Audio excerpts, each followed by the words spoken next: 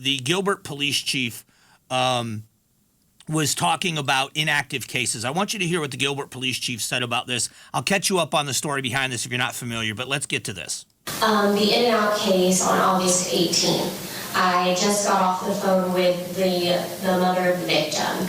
She wants to know, why did it take so long to get to where we are now? We have those 2 indictments, but her son's case was closed, it was reopened, we had those 2 arrests and 2 indictments. Yeah, if I could clarify, it wasn't closed, it was inactivated. So, and there's a difference. Now, again, I have never been a police officer, but I've come from a police officer family. My brother and my sister-in-law are both law enforcement. I've been having conversations for 25 years about my brother's job. I'm very proud of him. I am unapologetically pro-law enforcement. A good chunk of my brother's career has been in a supervisory role over detectives from different bureaus in the sheriff's office in my hometown. I am familiar with this just because we've talked about it. The frustration for a cop is having a case when they run out of information. It doesn't close the case. We don't have any information. So I want to defend policing for just a moment. And then I want you to hear the emotion from the chief of police in Gilbert about these cases as if they don't take it seriously. Proud people want to be good at their job. I don't care what that job is. I don't care if you're digging a ditch. If you are proud of who you are, whatever the job you're given is, you want to make sure you do it better than anybody else. It didn't matter to me what job I was given when I was an electrician working for another company. I wanted it done quickly. I wanted it done under budget. I wanted my bosses to know that I was making them money. I wanted the customers to be thrilled with the job that I did. I wanted it to look good. I wanted it to work, and I wanted to make money on those jobs. I didn't get anything extra for doing my job. I did my job well because I took pride in my job. I'm certainly not the best at this job. I'm not a professional broadcaster, but no one will outwork me. Nobody will outwork me. That's my work ethic. And you see men and women, and I'm sure you're the same way. Whatever job you have, you want to make sure that you are the best at your job. If today was your last day at that job, that your coworkers would have a memory of you being good to work with. But in policing, when they run out of information, so let me give you an alternative possibility. The Gilbert Police Department, just like any other police agency, gets a report of a teenager getting beat up. Let's go with the In-N-Out Burger video. The victim comes and said, I got beat up. Here's the video of the beating. I know this kid that was there. So they go and they talk to that kid that was there. And the kid that was there says, yeah, I was there, but I didn't beat anybody up. And they couldn't identify anybody else in the video. They're out of information. That case isn't closed. But then you hear Preston Lord is killed. Horrible thing that happened. And then we begin to hear, and the media catches on to the fact that these are not isolated incidents, that these things are happening more often than we know.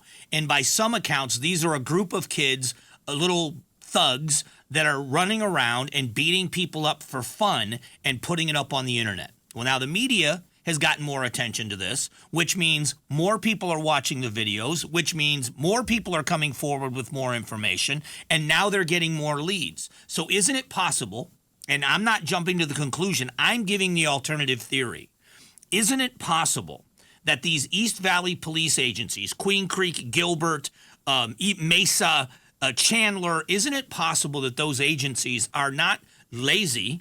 They're getting more information because the media put more attention on these individual cases, and the videos are showing that more and more people are coming forward with details they can follow up on. So I want you to hear, this is the chief of police in Gilbert getting emotional. And in one case,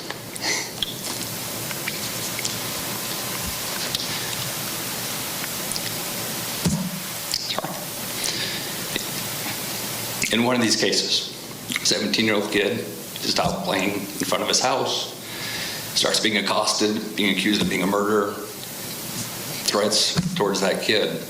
And it's all because somebody put that address as a suspect address, and it was wrong. It was inaccurate. So I get emotional about it because I see my kids. I wouldn't want that to happen to them. And because of the lies and the misinformation being shared by people that, for whatever reason, are sharing that information, it's having negative impact.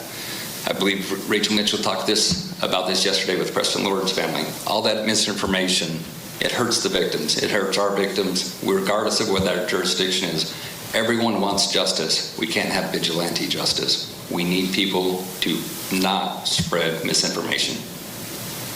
The Gilbert Police Department arrested 3 in connection with 2 attacks going back to 2022. It brings the total number of people arrested in the attacks tied to this gang of people known as the Gilbert Goons to at least 12. So these 3 were arrested in an assault that goes back to December 3rd of 2022, took place in a parking garage in downtown Gilbert. 5 teens accused of brutal attacks in the East Valley appear in court. 5 teens, Kyle Renner 18, Gage Garrison 19, and a 17-year-old were arrested for their reported role in the attacks at a downtown Gilbert parking garage in 2022. 3 of them arrested Wednesday. During these attacks, in the initial appearance Thursday morning, prosecutors claimed the brass knuckles were used in the attack. According to court documents, the victim told investigators he saw one of the suspects had brass knuckles but wasn't sure if they were used. So I understand that in the minds of some, I defend law enforcement too much. Maybe that's true. I may have a bias that lends me to immediately defend the police. I didn't. I stayed away from this story for a while. I left it alone. But I will tell you that the idea is just as possible that the police departments in the East Valley, the Gilbert PD, whoever they are, that they were able to get more information when the media paid attention to this and more parents were watching these videos with their kids and asking their kids, did they know something about it? When kids started feeling safe to come forward, if you feel if you're a snitch, you're going to get yourself beat up, you don't say anything. When there is strength in numbers and people are coming forward, isn't it equally as possible that the Gilbert Police Department wasn't negligent, the Gilbert Police Department wasn't lazy, that the Gilbert Police Department had hit a brick wall, A, and didn't realize, B, more importantly, that this was a coordinated effort? That until it came to light to all of these East Valley police agencies that this may be more coordinated efforts in these attacks, it seems to me then you act on it. I can't imagine a law enforcement agency that doesn't take its job seriously and just goes by and says, kids are getting beat up. Who cares? Let's go to lunch. That doesn't seem to me to be a normal narrative in policing. So I am defending policing in this regard.